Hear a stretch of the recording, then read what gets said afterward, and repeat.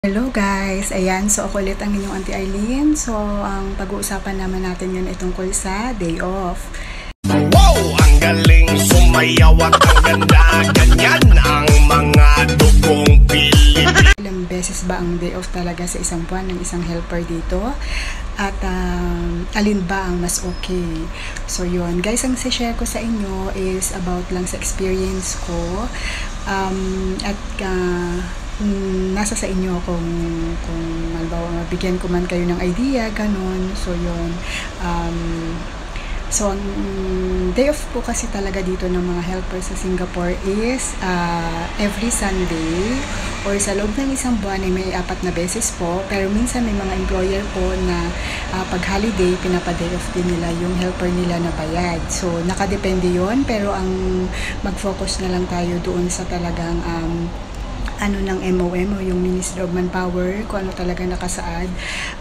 Bali meron tayong every Sunday, kaya naman every week sa loob ng isang linggo meron pong isang beses, at least na isang beses na day off ang isang helper. So ibig sabihin sa isang buwan merong 4 na day off ang isang helper. So yun, hindi ko siya pwedeng sabihin na every Sunday talaga, kasi meron din po kasing helper dito na nagde-day off ng weekdays or Saturday, ganun. So depende po yun sa pag-uusap ninyo na employer, pero meron po talaga na at least once a week na day off ang isang helper dito. But during interview pa lang po, meron po kasi mga employer na kailangan even weekends or even sa day off natin is kailangan yung help natin. So minsan nakikipag-dalbising din sila, so nakikipag-negotiate sila sa atin o nakikipag-usap sila sa atin na kung pwedeng bilhin or bayaran na lang nila yung day off natin. But kung pumayag man kayo,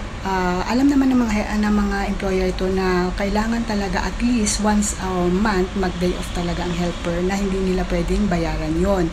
Yun na nakasaad sa MOM ngayon, na kailangan at least once a month na day off ang isang helper. So ibig sabihin pabor sa side natin yun, kasi nga syempre most of the time nasa loob lang tayo ng bahay, nagtatrabaho, pagod, stress, so kailangan mag-unwind naman tayo. So yun, i-explore naman natin yung Singapore. So yun ang maganda talaga dito sa Singapore, talagang may batas sila dito na kailangan at least sa isang buwan ay may isang beses ka na day off, hindi pwedeng bayaran ni employer yun. So kailangan unless merong exemption yun, kung kayo mismo ni employer pumayag ka naman at umagri ka naman na kailangan nila yun or kailangan talaga nila yun, as long as may pag-uusap kayo at dapat yun, black and white dapat yun. Pero anyway, nasa usapan nyo yun, kung gusto nyo bayaran yun, pwede din naman. Pero yun nga, kung ayaw nyo or wala talaga magagawa si employer, kailangan talaga kayong pa-day off na isang beses sa isang buwan.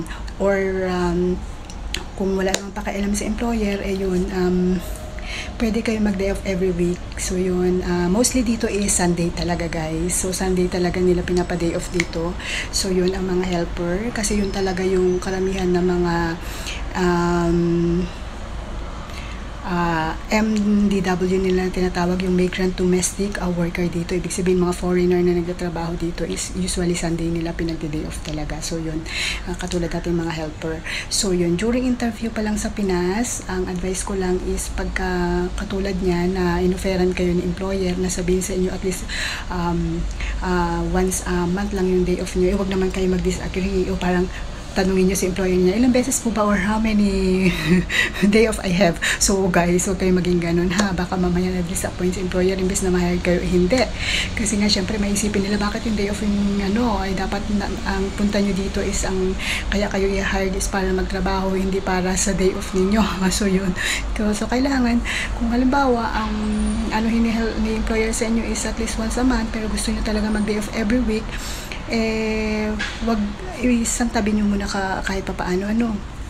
Ang goal nyo muna talaga pag nag-apply kayo papunta dito is makatungtong sa Singapore or makapasok ng Singapore. So kung bigyan kayo ng isang beses lang sa isang buwan na day off, katulad na nangyari sa akin, is pumayag na kayo. Ang mahalaga is makapasok kayo ng Singapore kasi mahirap kasi maging mapili tayo sa umpisa, lalo't mga first timer tayo na mag-apply papunta dito. So yun, ang pinaka-goal nyo talaga is mapasok ang Singapore, ma-hired kayo. Yun, huwag dahil ay gusto ko kasi ganito, gusto ko mag-enjoy, gusto kong ma-explore ang Singapore. Huwag muna ganon. Ang dapat nasa mindset nyo is tawag dito, makapag-work dito. So kung bibigyan kayo ng isang beses lang sa isang buwan, ang ilagay nyo na lang sa isip nyo, so okay lang yan, at least kahit pa paano sa isang buwan is makakapag-explore naman kayo, may enjoy nyo naman yung Singapore, at saka higit sa lahat, bayad yun guys. So yun ang dahilan kung bakit dito wala talagang specific na sahod ang mga helper, kasi nga nakadepende yun kung pag day open ka or pag babayaran ng employer yung day off nyo, yun tataas ng konti yung sweldo nyo compare sa iba. Kaya minsan nag-iiba-iba yung rate natin, pero merong minimum wage talaga si MOM yun. Pero nadadagdagan nga lang kasi nga minsan pagka hindi tayo nakapag day off, so yun binabayaran ng employer yun. So yun na lang yung advantage nun, no, kung bakit isang beses lang yung day off sa isang buwan. Ngayon, based naman sa experience ko, kung tatanungin nyo ako, pero iba-iba din naman ang mga reference ng mga dito, ng mga helper, pero itong base lang naman sa akin is kung pag-day open ako, since na-explore ko na rin naman, I mean, nakapag-day off na kasi ako na isang beses, na-try ko na yung 2 beses, at na-try ko na yung every week. So, ang prepared ko na lang is yung every week talaga guys. Kasi nga, especially kung may plano kayong mag-aral dito sa Singapore. Kasi ang Singapore guys is open sa pag-aaral yan. Kung gusto nyo ma-enhance yung skills nyo, yung knowledge nyo, mas okay po talaga na every week. So, paano mangyayari yun? Kung binigay ng employer sa inyo is once a month day off lang. So ngayon guys, ang maganda ngayon na consider naman, marami na pong mga school dito na ina-allowed nila kahit twice a month lang yung day off mo, pwede kang makapag-aral. Pwede siyang tawag na certificate, which is usually 1 month, 5 months lang, or 6 months, or meron din silang may diploma 8 months, meron din ditong school, so medyo expensive lang yun, pero may diploma siya 8 months lang. Nakapag-inquire ako dun dati, may school na dito. So ang gawin nyo na lang guys, pag nandito na kayo, once a month lang yung day off nyo, kunin nyo muna yung loob ng employer nyo. Pag nagamay nyo na, pag tsaka nyo, for example, makailang buwan na kayo, wag kayo muna pag under deduction kayo, wag muna kayo magpapaalam kahit sabihin mo ang bait-bait ng employer nyo, parang feeling nyo close na kayo or nakuha nyo ng loob niya, but under deduction pa kayo, wag muna kayo maghirit sa kanila na pwede po ba ako mag-day off ng 2 beses or every week. Wag please, kasi under deduction kayo, baka ito yung ibalikin or magbago ang mood, kasi hindi natin alam kung ano nasa isip ng mga yan, baka bigla kayong pabalikin sa agency or something. Di sayang naman, di ba, yung band nyo na, kasi mahirap po kasi na makisama ka ulit sa panibagong amo, yung ganun. So kung nakuha nyo na yung niya, at least siguro para sa akin is kahit pa paano maka-1 taon kayo sa amo nyo bago kayo magpaalam. Pero yung sa side ko po kasi is umabot muna ako ng 2 taon, natapos ko muna isang kontrata. Tapos nung pagkatapos nun, pinakiramdaman ko muna kung kailangan ba talaga nila yung every Sunday na day na nandito pa rin ako. So nung kasi yung sa side ko kasi, pag Sunday kasi meron yung swimming lesson yung mga alaga ko. So nung may swimming lesson sila, ngayon naman natapos na. So, pag Sunday, medyo maluwag na sila. So, doon ako nagpaalam. Yung talaga alam ko na hindi na nila talaga usually kailangan yung Sunday. Na sinabi ko sa kanila, paging honest din kayo sa reason nyo kung bakit kayo magdi-day off ulit. Dapat medyo valid at magugustuhan nila. Which is, nagpaalam ako na mag-aaral ako. And then, nagustuhan naman nila kasi sabi nila, at least ako may pangarap or may goal. Gusto nila yung mga ganyan guys. Huwag nyo itatago sa employer nyo. Although, pag nag-aaral ka naman dito is usually half day lang. So, pwedeng may pang umaga, pwedeng may pang hapon. So, yung pag, nyo na, paglabas nyo kahit may curfew kayo, kaya yun, makakapag-aral kayo. Kasi maraming mga school dito, mga choices.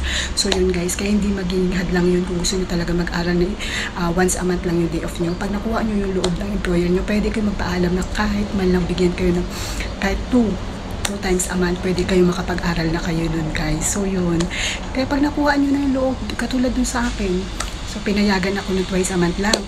Tapos, nung tinanong nila ako kung kamusta yung schooling ko, sabi ko, okay naman. Kaso nga lang, sabi ko, every week nagbabago yung pinag-aaralan, yung tinatakal namin.